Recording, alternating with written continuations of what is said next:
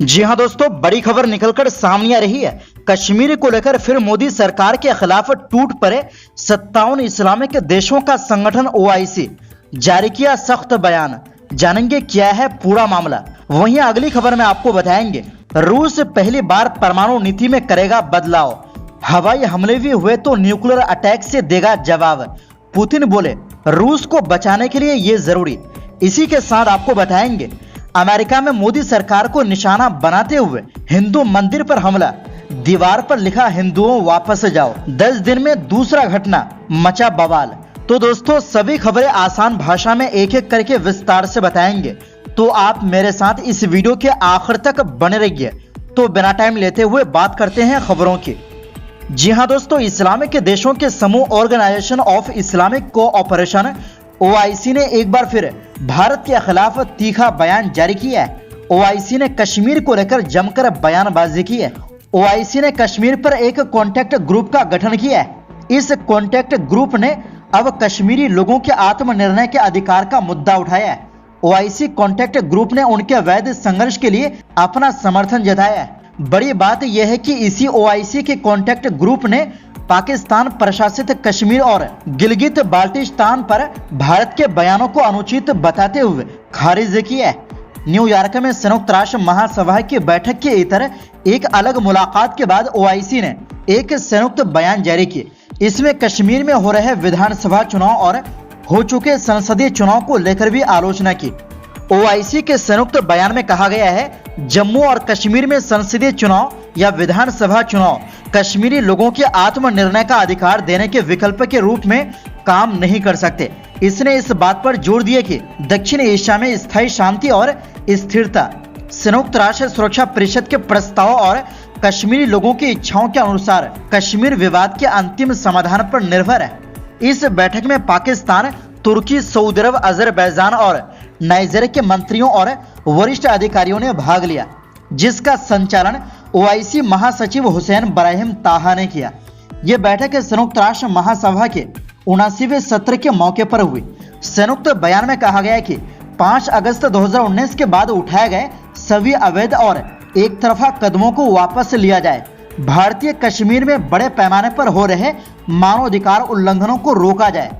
विवादित क्षेत्र में अवैध डेमोग्राफी बदलाव को रोका और वापस लिया जाए। संयुक्त राष्ट्र के विशेष प्रतिनिधियों, अंतर्राष्ट्रीय मीडिया और स्वतंत्र पर्यवेक्षकों को इस क्षेत्र का दौरा करने की अनुमति दी जाए। बयान में भारतीय सुप्रीम कोर्ट के दिसंबर 2022 के फैसले को खारिज करते हुए कहा गया कि घरेलू कानून से कश्मीर के अंतर्राष्ट्रीय विवादित दर्जे को नहीं बदला जा सकता। हुर्रियत नेताओं और कार्यकर्ताओं की कैद, कश्मीरी दलों पर प्रतिबंध और संपत्तियों की जब्ती की निंदा की गई। यासीन मलिक की मौत की सजा की मांग का विरोध और उनकी रिहाई की अपील की गई। भारत से कश्मीर में मानवाधिकार उल्लंघन रोकने और संयुक्त राष्ट्र से तीसरी रिपोर्ट जारी करने का अनुरोध किया गया। रिपोर्ट के मुताबिक ओआईसी शुरू से ही कश्मीर मुद्दे पर पाकिस्तान का समर्थन करता है। उसने कई मौकों पर कश्मीर को लेकर भारत की आलोचना भी की है। भारत ने हर बार कश्मीर को लेकर ओआईसी के बयानों की तीखी आलोचना की है और इस मुद्दे से दूर रहने की सलाह दी है। इसी के साथ आपको बता दें कि जी हां दोस्तों, रूसी राष्ट्रपति व्लादिमीर पुतिन ने एक बार फिर से पश्चिमी देशों को परमाणु हथियारों के इस्तेमाल की धमकी दी है। बीबीसी की रिपोर्ट के मुताबिक पुतिन ने राजधानी मॉस्को में बुधवार को सुरक्षा परिषद की तत्काल बैठक बुलाई थी। इसमें उन्होंने कहा कि सरकार परमाणु हथियारों के इस्तेमाल से जुड़े नियम और शर्तों को बदलने जा रही है। पुतिन ने कहा कि देश के परमाणु नियमों में कई नई चीजें जोड़ी जाएंगी। इसमें रूस के खिलाफ मिसाइल या फिर ड्रोन हमलों के खिलाफ परमाणु हथियारों का इस्तेमाल भी शामिल है।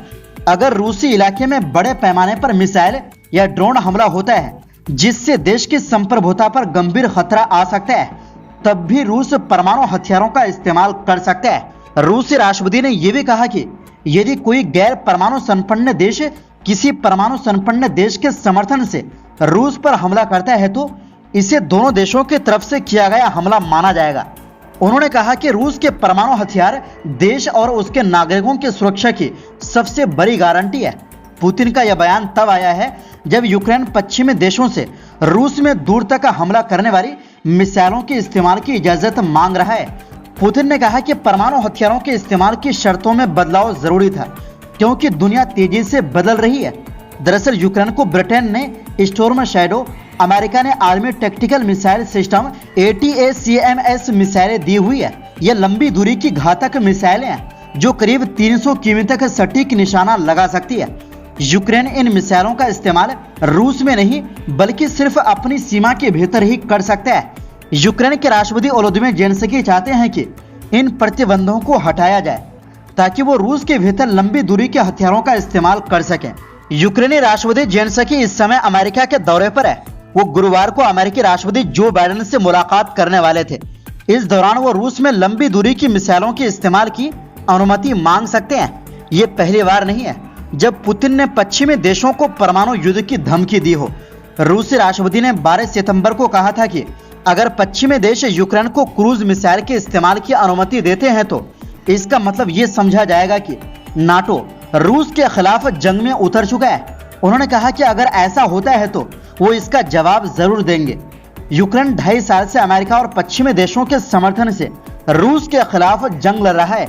यूक्रेन ने अगस्त में रूस में घुसकर उसके कई इलाकों पर कब्जा कर लिया था।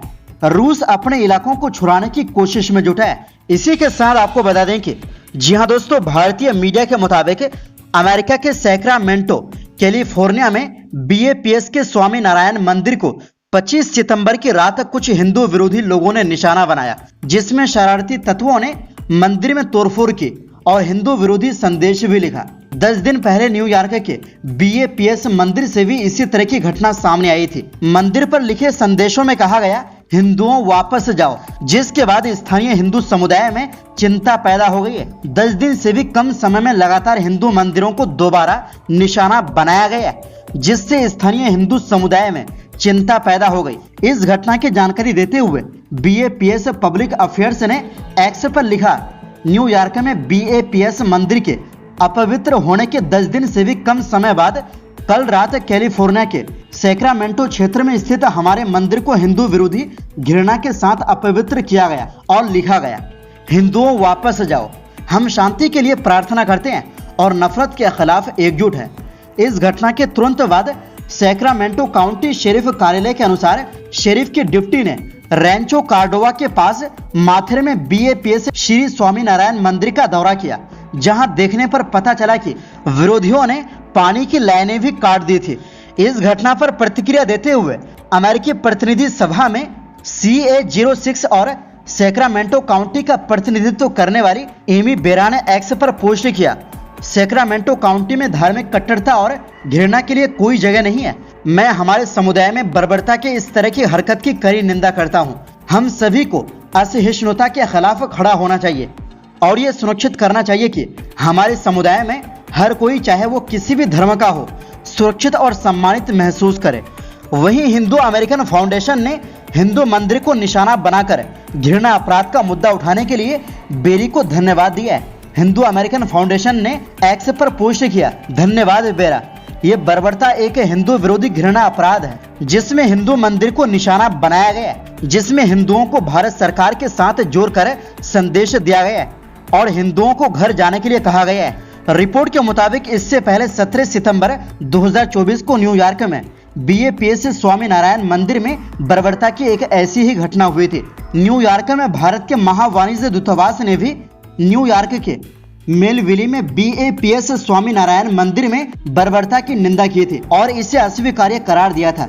इस घटना के बाद अमेरिका में मौजूद भारतीय समुदाय में गुस्सा और डर बना हुआ है। भारतीय मूल के अमेरिकी सांसद रो खन्ना ने इस घटना की निंदा की और कहा कि अमेरिकी सरकार को तत्काल कार्रवाई करनी चाहिए।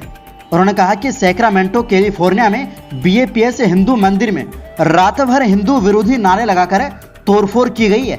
न्याय विभाग को तत्काल कार्रवाई करनी चाहिए। तो दोस्तों, इस पूरी रिपोर्ट के बारे में आपकी क्या राय है? अपनी राय कमेंट बॉक्स में दें। इस वीडियो में बस इतना ही।